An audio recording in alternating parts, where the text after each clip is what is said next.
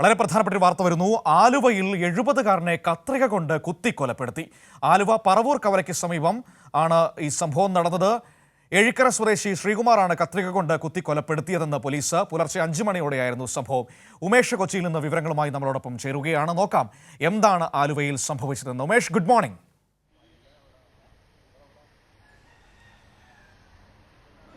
Good morning Manu. Umesh, കത്രിക കൊണ്ടൊരാളെ കുത്തിക്കൊലപ്പെടുത്തി എന്ന വിവരമാണ് ഇപ്പോൾ നമ്മുടെ മുൻപിലേക്ക് വരുന്നത്. ഈ സംഭവം എന്താണ്? ആരാണ് കൊല്ലപ്പെട്ടതെന്ന് വ്യക്തമായിട്ടുണ്ടോ? കൊലപ്പെടുത്തിയയാളുടെ പേര് ശ്രീകുമാർ എന്നാണ് എന്ന് മനസ്സിലാക്കുന്നു. എന്താണ് സംഭവിച്ചത്?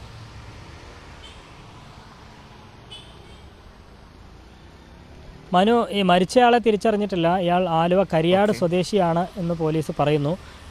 മരിച്ചയാൾക്ക് ഏതാണ്ട് 70 വയസ്സിനോടടുത്ത് പ്രായവുമുണ്ട്. ഈ കുത്തിയ ആളാണ് ഏഴിക്കര സ്വദേശി ശ്രീകുമാർ എന്നയാളാണ് കുത്തിയത്. ഇയാൾക്കും 60 വയസ്സിന് മുകളിൽ പ്രായമുണ്ട്.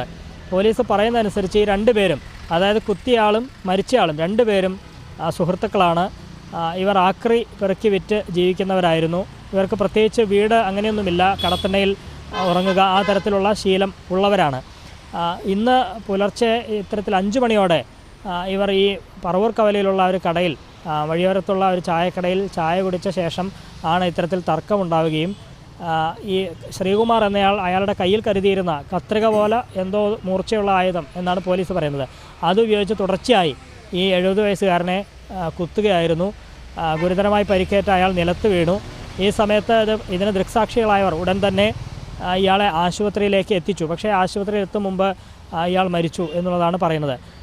ഒപ്പം തന്നെ ഈ ശ്രീകുമാറിനെ സ്ഥലത്ത് നാട്ടുകാർ തടഞ്ഞു വച്ചിരുന്നു. പിന്നീട് പോലീസിൽ വിവരമറിയിച്ചു. പോലീസ് എത്തി അവിടെ നിന്ന് തന്നെ ഇയാളെ കസ്റ്റഡിയിൽ എടുക്കുകയും ചെയ്തു. ഇരുവരും തമ്മിൽ കഴിഞ്ഞ ദിവസവും ഇത്തരത്തിലൊരു ബാറിൽ വെച്ച് വഴക്കുണ്ടായി എന്നൊക്കെയുള്ള ചില വിവരങ്ങൾ ഈ പ്രതിയിൽ നിന്ന് തന്നെ പോലീസിന് ലഭിച്ചിട്ടുണ്ട്. ഇന്ന് രാവിലെ അതിൻ്റെ തുടർച്ചയായി ഇത്തരത്തിൽ തർക്കമുണ്ടാവുകയും ആ തർക്കം കൊലപാതകത്തിലേക്ക് കലാശിക്കുകയുമായിരുന്നു എന്നുള്ളതാണ് ഇതുവരെയുള്ള അന്വേഷണത്തിൽ പോലീസ് കണ്ടെത്തിയിരിക്കുന്നത്. ഈ പ്രതി പോലീസിനോട് പറഞ്ഞ കാര്യങ്ങളാണ്. ഒപ്പം ദൃക്സാക്ഷികൾ അവിടെ നടന്ന സംഭവങ്ങൾ പോലീസിനോട് വിവരിക്കുകയും ചെയ്തിട്ടുണ്ട്. ഈ ശ്രീകുമാറിനെ നിലവിൽ പോലീസ് കസ്റ്റഡിയിലെടുത്തിട്ടുണ്ട്. ഇയാളെ വിശദമായി ചോദ്യം ചെയ്തു വരികയാണ്. ഇയാളുടെ അറസ്റ്റ് രേഖപ്പെടുത്തി കോടതിയിൽ ഹാജരാക്കുന്നതടക്കമുള്ള നടപടികളിലേക്ക് പോലീസ് കടക്കുകയും ചെയ്യും. മനു, ശരി, ഓക്കെ ഉമേഷ്.